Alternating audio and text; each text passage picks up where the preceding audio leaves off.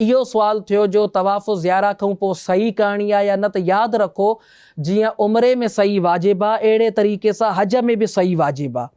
पर हज जी जेकी सही आहे उन जे करण जे हवाले सां कुझु तफ़सील आहे।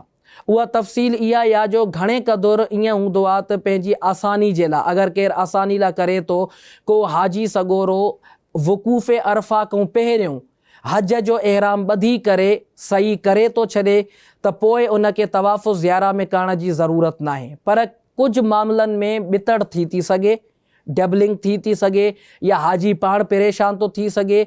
इन लाइ बहितर इहो आहे जो हज जी सही जेको आहे उहा तवाफ़ ज़ियारा खां पोइ कई वञे।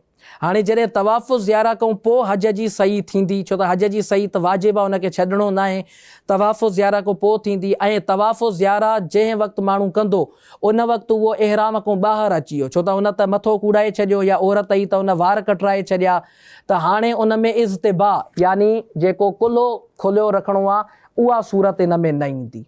पर जॾहिं उहो तवाफ़ कंदो त उन तवाफ़ जे पहिरियनि 3 चकरनि जे अंदरि उहो रमल कंदो, यानी तेज़ तरीक़े सां हलंदो।